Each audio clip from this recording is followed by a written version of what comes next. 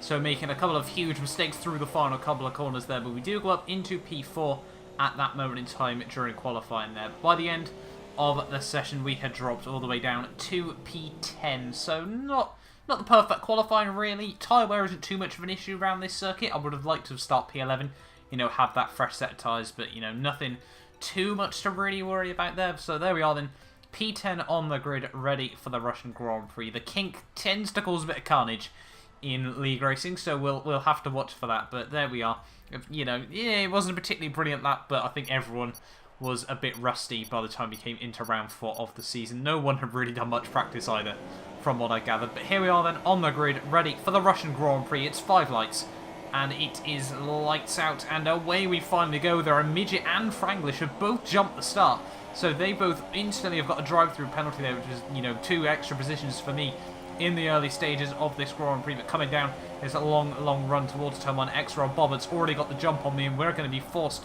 to the outside here, try and keep it nice and clean and tidy there. There's a huge amount of bumping and bashing there.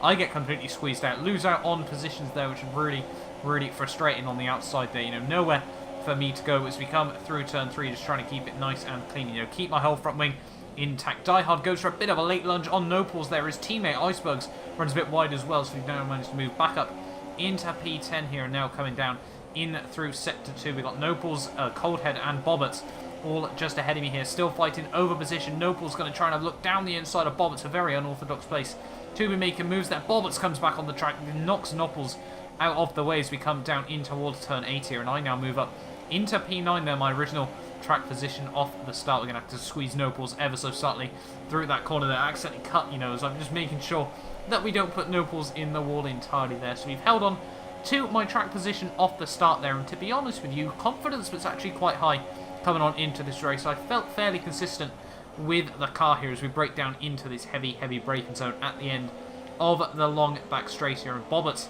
is a little bit over the shop at this moment in time. Potentially we could try and pounce if he does make a bit of a mistake there, and see coming through the final tricky chicane there. He's completely disconnected, so that was the easiest overtake I think I've ever had to do. They're really unfortunate for Bobbett's there to disconnect right at the very start of the race. We've got Midget who's dived into the pit lane on the end of lap 1, as well as Franglish there, both of them taking their drive-through penalties as early as possible. So we're now up to P6 of the Grand Prix here off the start. Very happy with that for this moment in time. But now, as you can see, following on Coldhead and Gorschkrab here of my teammate and the Mercedes car down in towards this final chicane once more here, and there's a tiny bit of lag going on at the moment, and we've nearly been flipped over. We've nearly done a front flip there through the final chicane there. It's just lag completely intervened. No idea what happened there.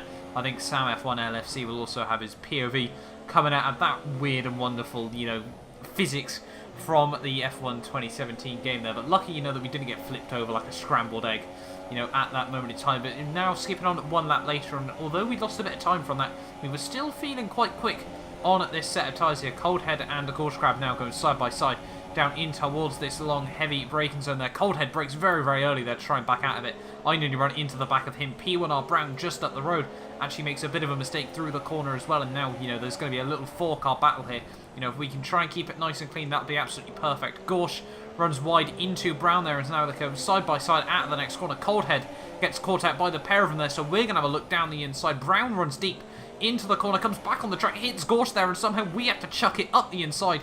The only real space left on the circuit there, and now we've somehow made up 3 places in just 2 corners there, so we're now up into P3 of the Grand Prix here, and this is absolutely perfect for myself. Yet to score in the season so far, so, to be able to take home really, really solid points like this, that we are actually fighting for at this moment in time, be absolutely incredible there. Run massively wide on the exit of turn 2 there, just didn't get the car slowed down, unfortunately.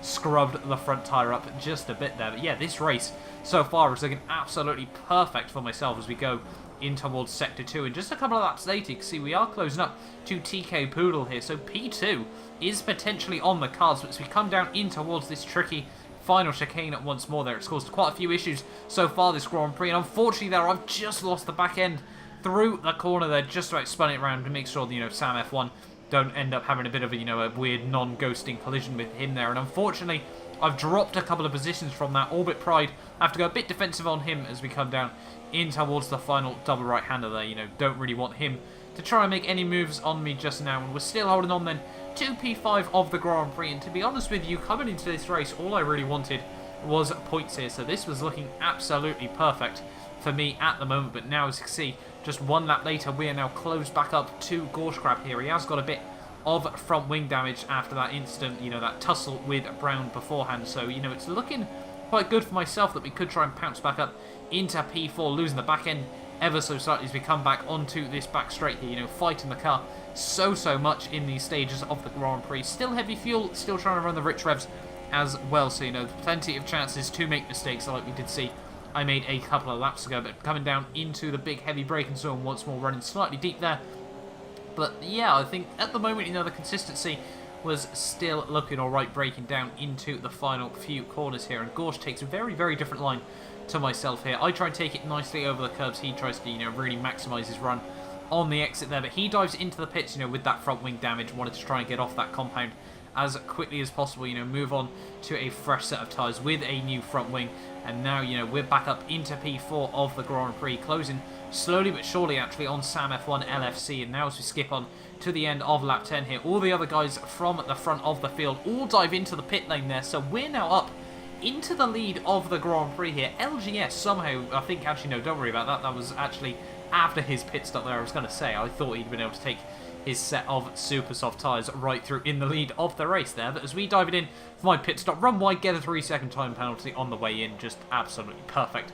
Always what you want to see on this game here. And now we're going to see what position we do go back down to. Going to be interesting, if we can stay out ahead of a Gorsh Crab here in the Grand Prix. I think Orbit Pride has... No, that's Franglish that's dived it into the pit lane behind me there after his, pit lane's, his drive-through at the start of the race there. He basically near enough closed up a whole pit stop to me, which, was a little bit demotivating.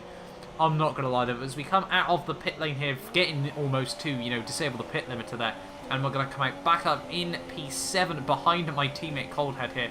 So we have lost a bit of time to him, but we will have the fresher rubber right through to the very end of the Grand Prix, coming nicely out of the pit lane there. Don't get the car slowed down, just about get the car slowed down into turn 1 there. And next up, as I said, is my teammate Coldhead here, hoping, we can try and pass him nice and quickly. But, Coldhead, I've raced him a few times, and he does not make it easy for you, whether you're his teammate or not. He defends his positions like, that's the last thing left on earth. But as we come down into turn 1, he locks up ever so slightly there. We get a much better run through turn 1, taking the curbs a lot nicer than the Williams ahead of me here. And now as we come through turn 3, just so easy that you could potentially lose the back end through here in damper conditions there. But we get a nice curb once more there, just attacking these curbs, but, not corner cutting, but still attacking. We think about going for a move down the inside into turn 6 there. Coldhead given the room on the outside there, and he holds on for now, the one person I certainly do not want to make contact with is my teammate here. And as we come out of the next corner, that Coldhead basically pushing him